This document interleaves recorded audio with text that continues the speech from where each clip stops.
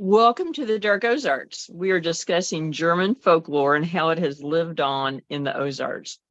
So what's so grim in the Ozarks? We tend to think of the British Isles and the Scots-Irish when we talk about folklore in the Ozarks, but we owe a lot to the brothers Grimm and other Germanic influences. Dark fairy tales are alive and well here in the Ozarks. We will get back to dark folklore, but first we want to invite you to like, follow, and subscribe to Dark Ozarks on Facebook, Instagram, and YouTube, as well as your favorite podcast platform. We also invite you to become a Dark Ozarks subscriber on Facebook. On the Dark Ozarks Facebook page, click subscribe, have your login information ready, and join Dark Ozarks behind the scenes for only $4.99 per month. Your $4.99 per month subscription allows you to come with us on paranormal investigations, deep dive research, and topics too controversial for public view. The next 100 subscribers will be entered in a drawing for a free Dark Ozarks t-shirt and an exclusive signed first run copy of the book Dark Ozarks, The Spooklight. Subscribe today to be entered in the drawing. And now you can get Dark Ozarks t-shirts for sale at darkozarks.com and paranormalsciencelab.com. Mark your calendars for State of the Ozarks Fest 23, Saturday, September 16th, 10 a.m. to 6 p.m. in historic downtown Hollister, Missouri. Meet Dark Ozarks producers, Lisa and Josh. Celebrate the traditional Ozarks with craftsmanship, history, and lore. Experience emerging culture through cosplay, goblins, regional cuisine, fine arts, and medieval combat. And even visit the very haunted Ye Olde English Inn. Visit stateoftheozarks.net for more information. We encourage you to check out Always Buying Books in Joplin, Missouri, in person and online, on Facebook, and at the website, alwaysbuyingbooks.com, for all of your reading needs, including a large section on the paranormal, history, and more. Not to mention, the building is haunted. Tell Bob and Elise that we sent you. We also want to thank Beard Engine Brewing Company in Alba, Missouri. Beard Engine Brewing is the only English-style brewery in Missouri and has been twice named Missouri's best brewery by the Missouri Brewers Association. Great beer and great food in a historical building with a noir past. And yes, their building is also haunted. Tell Nate and Tiff that we sent you. So something that I think gets overlooked at times is that you really, just as you cannot tell the Ozark story without telling the Scots-Irish story or the English settlement of America, you also cannot tell the Ozark story without talking about the German immigration and settlement, ranging from early settlement all the way through into the 1840s.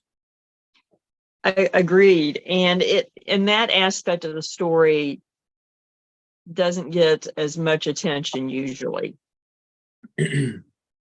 And even from just a cursory view of the literature, something that really happened between 1840 and 1940 was that even the late arriving, the 48ers, the late arriving German immigrants who came into St. Louis by the thousands and consequently also focused on rural Missouri and rural Arkansas in terms of places of settlement.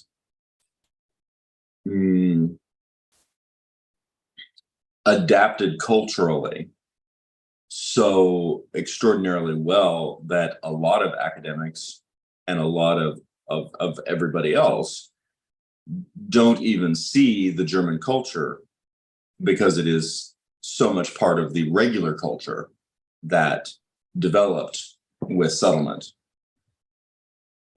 True, and that is a testament to the melting pot, but also I think it's a testament to how much that the other groups, the English, the Scotch-Irish, etc., accepted and included aspects of the German culture into their everyday lives, so, to the point that they don't even recognize it.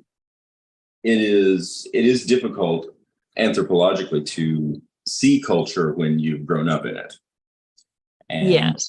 in locations like the northern Ozarks along the Missouri River between St. Louis and Jefferson City, and large swaths of uh, regions in southern Arkansas, central Arkansas, and even in the Boston Mountains, that there was a great deal of German settlement, and the evidence of it is plain if you know what to look for.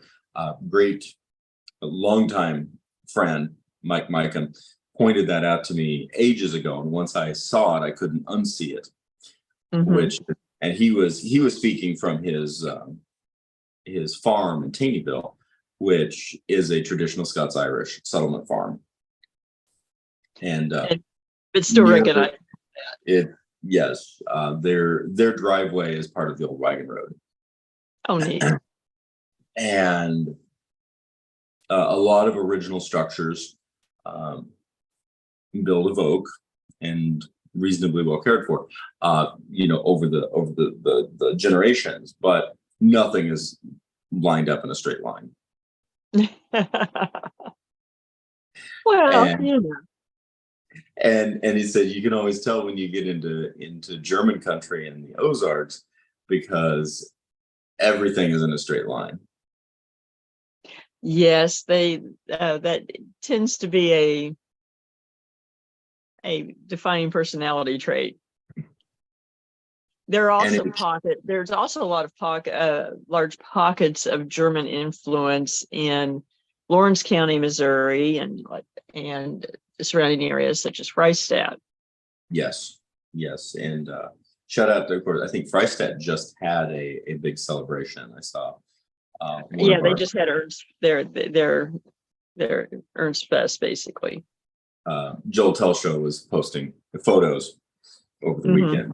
Shout out to Joel. We work with Joel on some of our Dark Ozarks events in Hollister. So big shout out to vocalist and songwriter Joel Telshow. Yes, and hopefully we'll be working with him pretty soon again. I hope so. It looks like that's a very real possibility calendar-wise. So, and of course, speaking of German, shout out to my publisher and Farmers Market co-producer Dale Grupa. I think it's Dale's a great example, because his primary family lines are Grubaughs and McKellows. Yeah, very indicative of the Ozarks. German and Scots. So they're something that you certainly saw with the Scots-Irish coming into first Appalachia and into the Ozarks was a great deal of cultural cross-pollination and affinity with the Cherokee. Mm-hmm.